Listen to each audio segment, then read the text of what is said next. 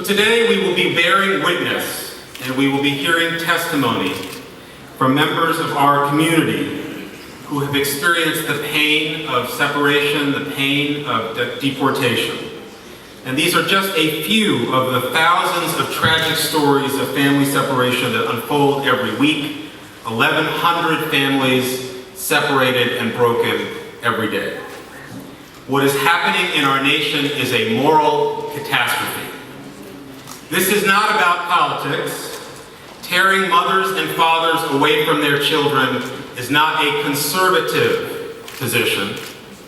Separating husbands from their wives is not a liberal position. Keeping families and communities united is an American value and a value of every faith tradition.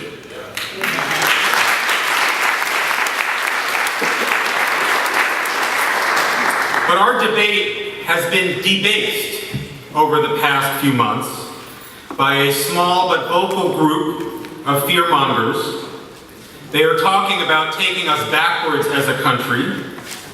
SB 1070 in Arizona, even repealing parts of the Constitution of our great country, starting with the 14th Amendment and working their way back to the first.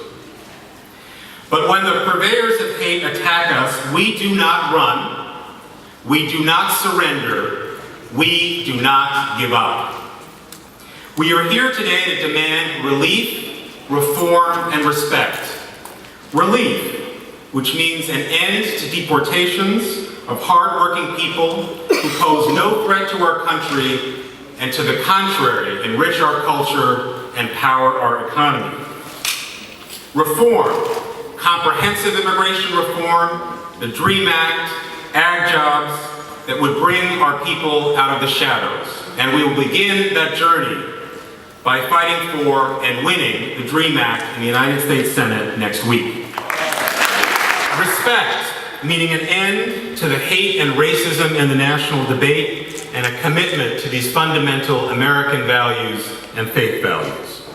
We will be joined shortly by our champions in Congress, Congresswoman Velasquez, Senator Menendez, Congressman Gutierrez, who will lay out a strategy to put these values of relief, reform, and respect into practice. And this plan will unite us, will galvanize us, and refound our movement for justice. So we know that we have a responsibility to make this plan succeed. Our job is to do what every great movement in American history has done, to engage millions of people to make our voices heard all across this country, in Congress, in churches like this, on the airwaves, in cyberspace, and yes, at the ballot box in November.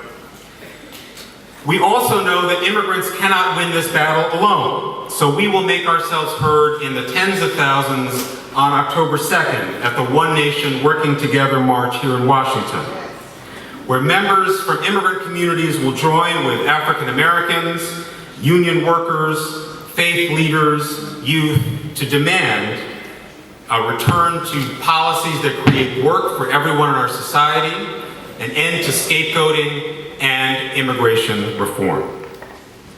So months ago, pundits in DC wrote us off and left our movement for dead.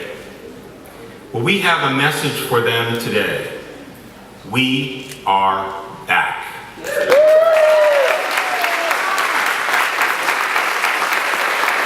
are united. We have a plan, we have momentum, and we have trusted leadership that will guide us to victory. As immigrants, we know something about struggle. But we also know that through our hard work, through our faith, through our love for one another and for this country, we will achieve justice for immigrants, and we will renew the promise of this country. Thank you very much.